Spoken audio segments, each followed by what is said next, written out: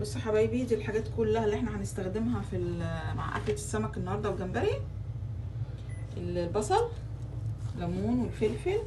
ده انواع كرفس اللي قلت لكم عليه قبل كده، الكرفس المصري بتاعنا، والكرفس التاني اللي هو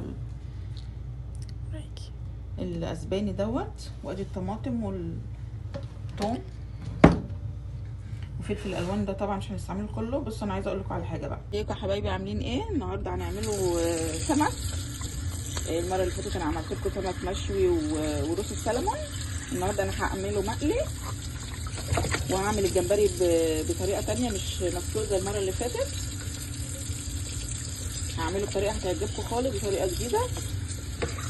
احنا دلوقتي هننضف السمك، هبتدي انضفه. وعندي هنا سمك مكاريل برضو هعمله سنجاري، هنضفه برضو.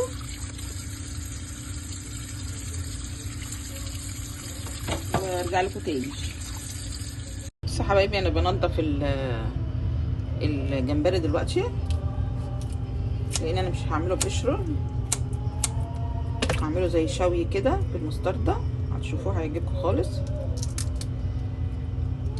ولازم الكيس الرملي ده يتشال كده.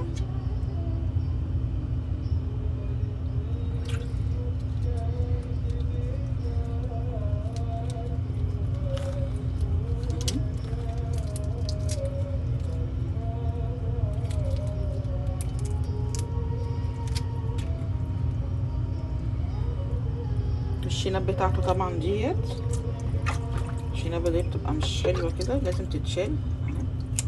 قص كده الشراشيب دي.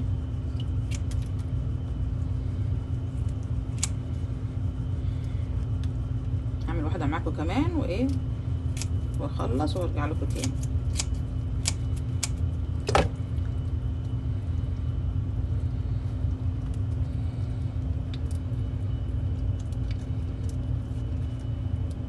الكيس الرملي ده اهو.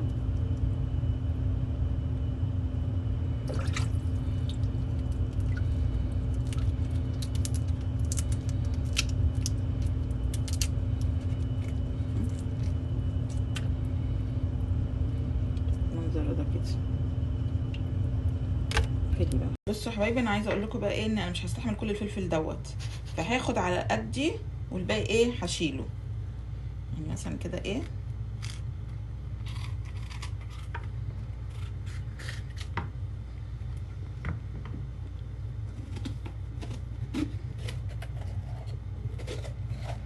يعني انا مثلا هستعمل دولت واشيل ايه الباقي. اللي انا هستعمله هيتغسل، اللي هيتشال مش هيتغسل.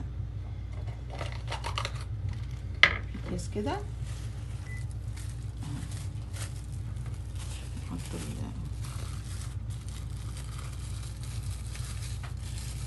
الفيليه كده.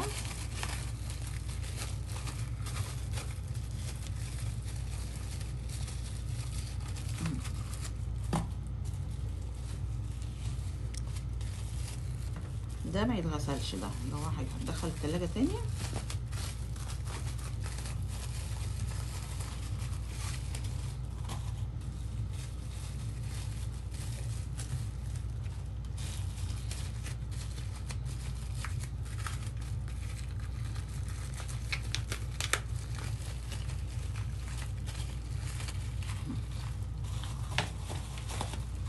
كده خلاص. وده بقى هيتغسل، وايه هنعمله تاني للبتاع، وارجع اغسله وارجع لكم تاني. احنا هنبتدي دلوقتي ايه، نعمل ايه الخلطه بتاعت المكاريل. اول حاجه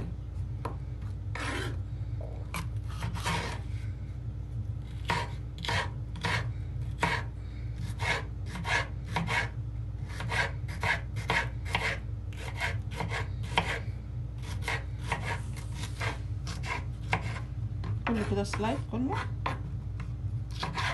طماطم بصل فلفل.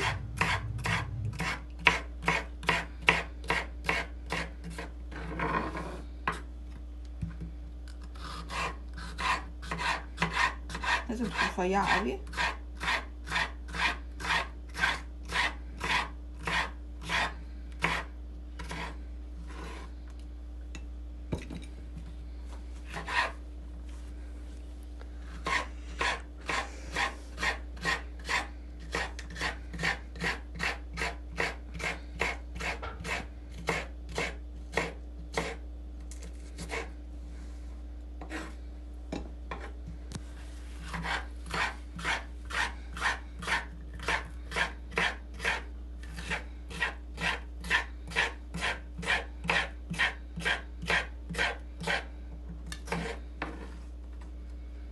طماطم برضو، انا هنا مقطعه طماطم جاهزه برضو كانت.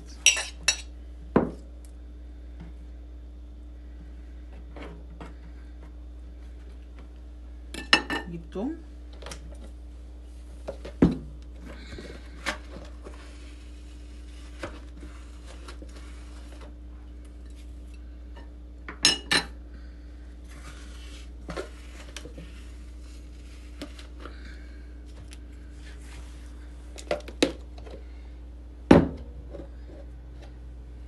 احط لها بقى عليها التوابل واجي لكم تاني. 3. بصوا يا حبايبي، انا هنا حطيت التوم على الكمون على الخضار اللي انا عملته، الفلفل الالوان والملح والكزبره. ماشي، نبتدي بقى ايه، احط شويه زيت هنا في عملت صينيه كده، احط شويه زيت هنا برضو على ده.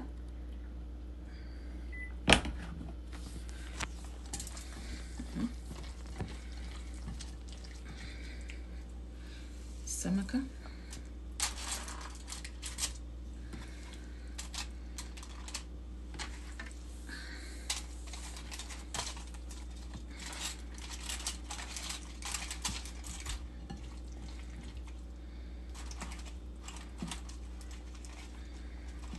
قد كده.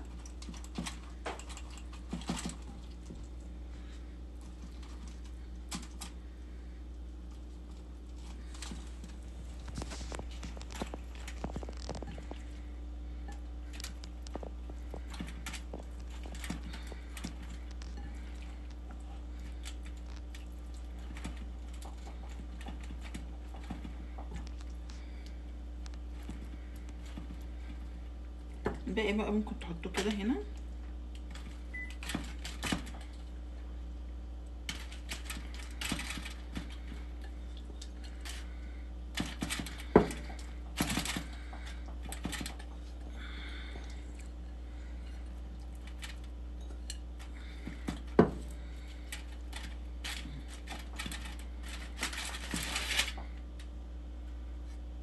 هرجع لكم بقى دلوقتي يا حبايبي. احنا هنعمل ايه؟ الجمبري زي ما قلت لكم في اول الفيديو، انا هعمله بالمستردة، طريقه جديده هتعجبكم خالص، جربوها وهتعجبكم. انا هنا حطيت المستردة، حطيت توم وحطيت كمون كزبره وملح. هنا بقى في خلطه كده للجمبري بتتباع هنا حلوه قوي، بحط برضو منها ايه، سبايسي هي. بحط منها حته برضو،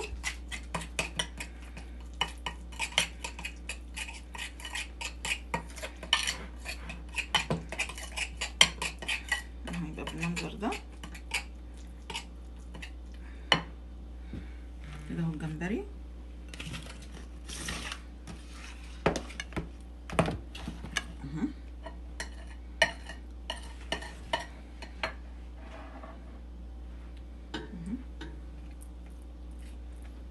بالمنظر ده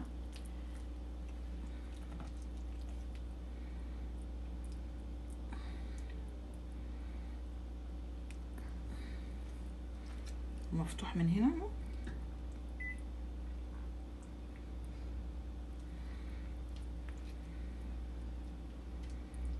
ممكن تشويه جريلا، اول ما تحطيه كده اهو بالمنظر ده كده على بطنه مش على ظهره، ياخد وش وبعد كده تحطيه على الوش التاني.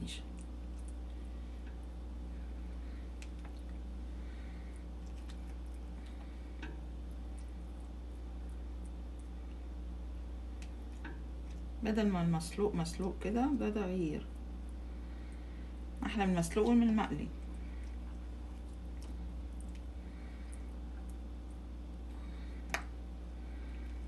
ساعة التسوية هاجي ايه اوريكم يتعمل ازاي. انا عندي جريلا بالكهرباء هيتعمل فيه. الجريلا برضو اللي هي بتبقى على النار بغطا دي حلوة قوي برضو.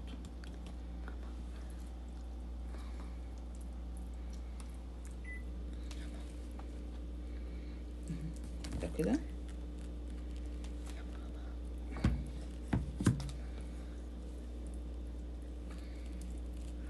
الصوص اللي انا حطيته ده عليه ده ممكن يتاكل بيه برضو، يعني يتغمس بيه الجمبري.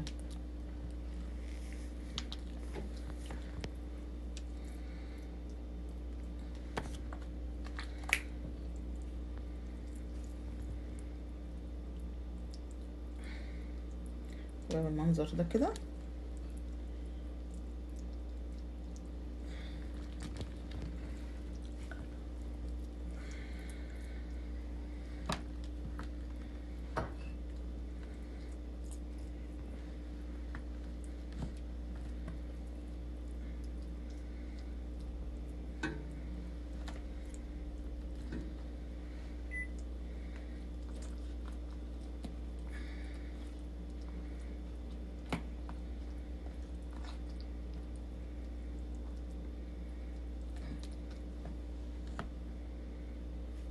هرجع لكم بعد شويه.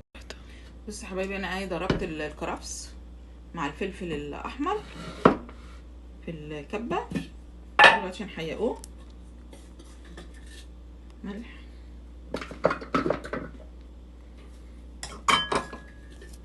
هحطه ايه على كل اللي انا حطيته ايه منه.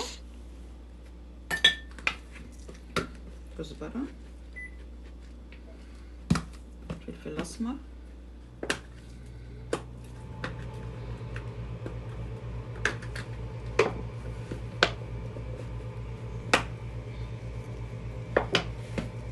كمون،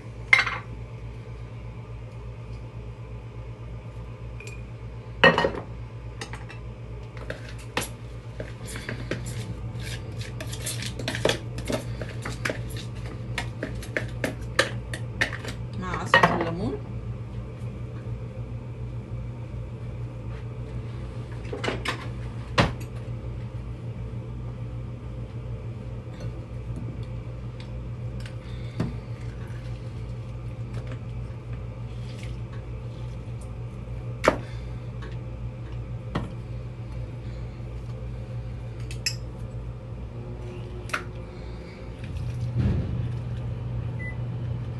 ريحه بقى ما اقولكوش ايه.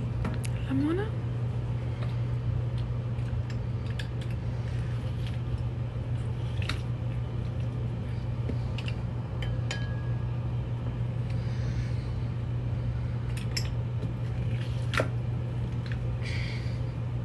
كده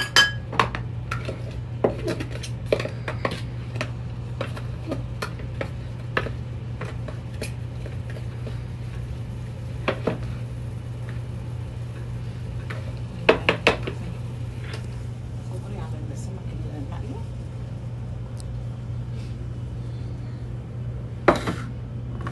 دلوقتي احنا هنعمل بولتشي.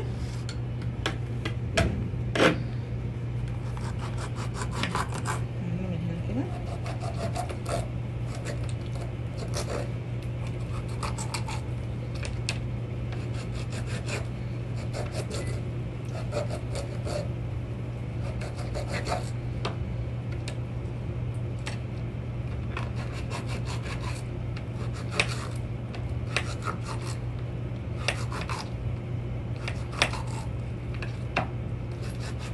السمك لما تبقى كبيره لازم تعمليها كده.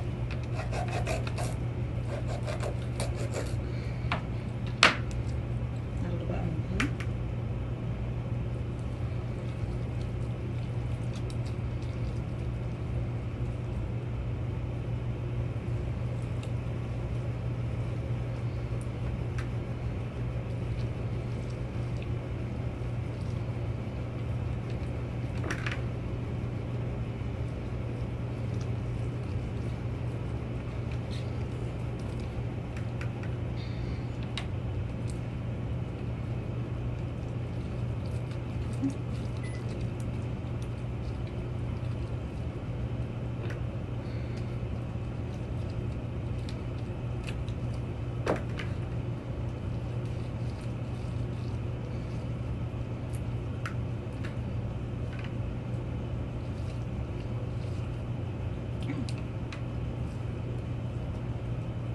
بقيت بقى الخلطه تتحط بقى ايه على الجمبري وتتحط على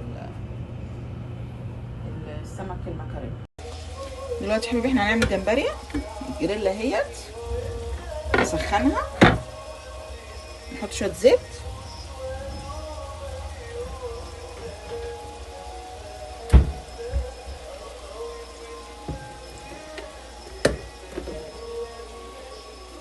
شويه صغيرين كده،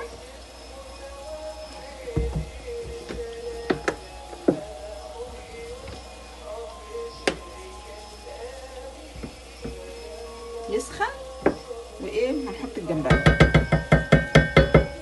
بصوا يا حبايبي كده الطاسه سخنت، لازم تسخن عشان تدي صدمه للجمبري. اهو الجمبري اهو، نيجي ايه من الحته دي ونروح حاطينه كده بالشكل ده، ياخد صدمه ويتلون.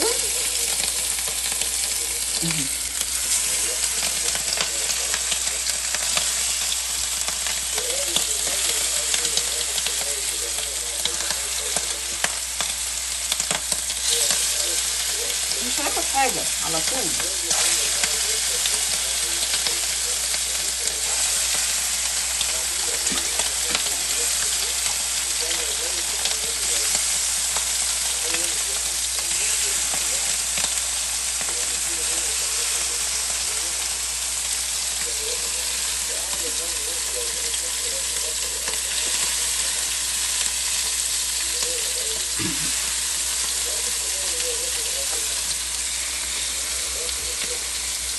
نحاول نحط كله جنب بعض كده مره واحده.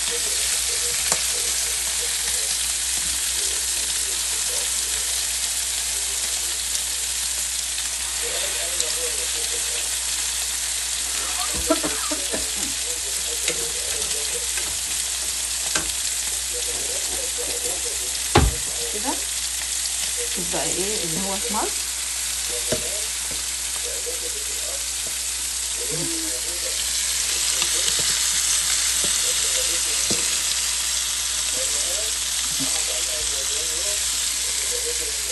احمر في دقه بياخد حاجه يعني، نغطيه شويه وبعد كده ايه نرجع لكم تاني.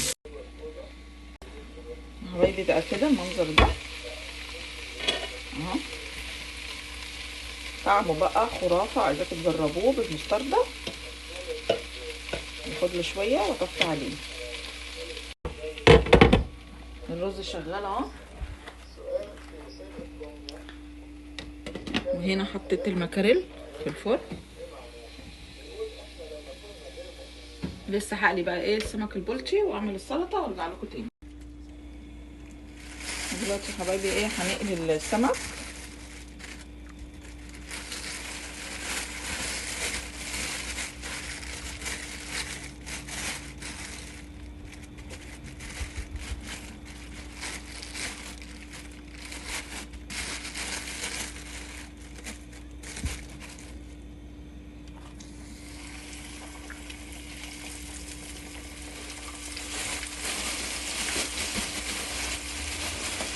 كده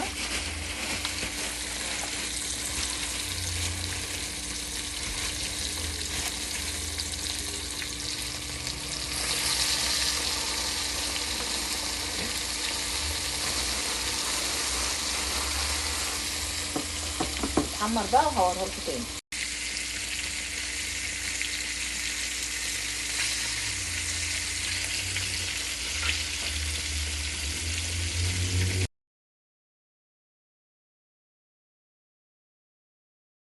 ازيكم يا حبايبي عاملين ايه؟ النهارده هنعمله سمك. المره اللي فاتت انا عملت لكم سمك مشوي وروس السلمون. النهارده انا هعمله مقلي، وهعمل الجمبري بطريقه تانية مش مسلوق زي المره اللي فاتت. هعمله بطريقه هتعجبكم خالص، بطريقه جديده. احنا دلوقتي هننضف السمك، هبتدي انضفه. وعندي هنا سمك مكاريل برضو هعمله سنجاري، هنضفه برضو.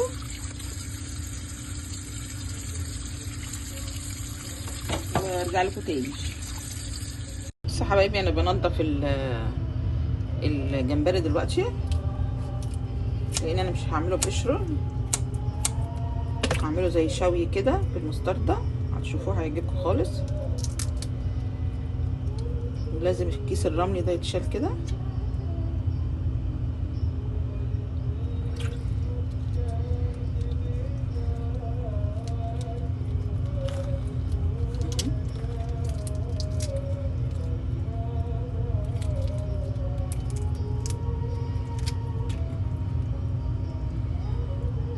الشنب بتاعته طبعا ديت، الشنبه دي بتبقى مش حلوه كده، لازم تتشال قص كده. الشراشيب دي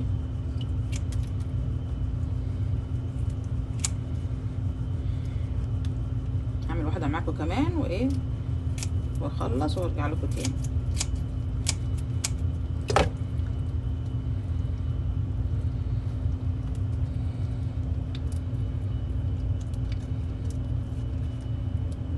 كيس الرمل ده اهو.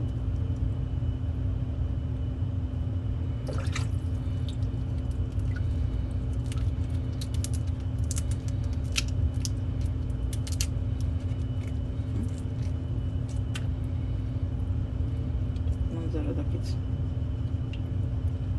حلو بقى. وده حبايبي الشكل النهائي للاكله بتاعت النهارده، غدانا النهارده.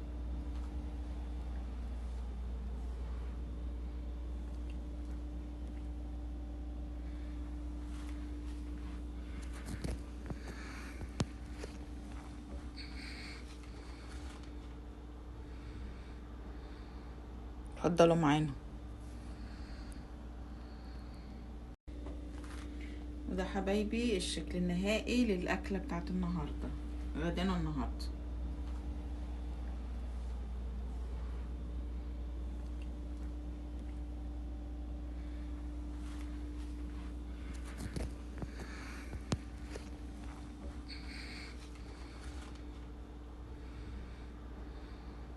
اتفضلوا معانا.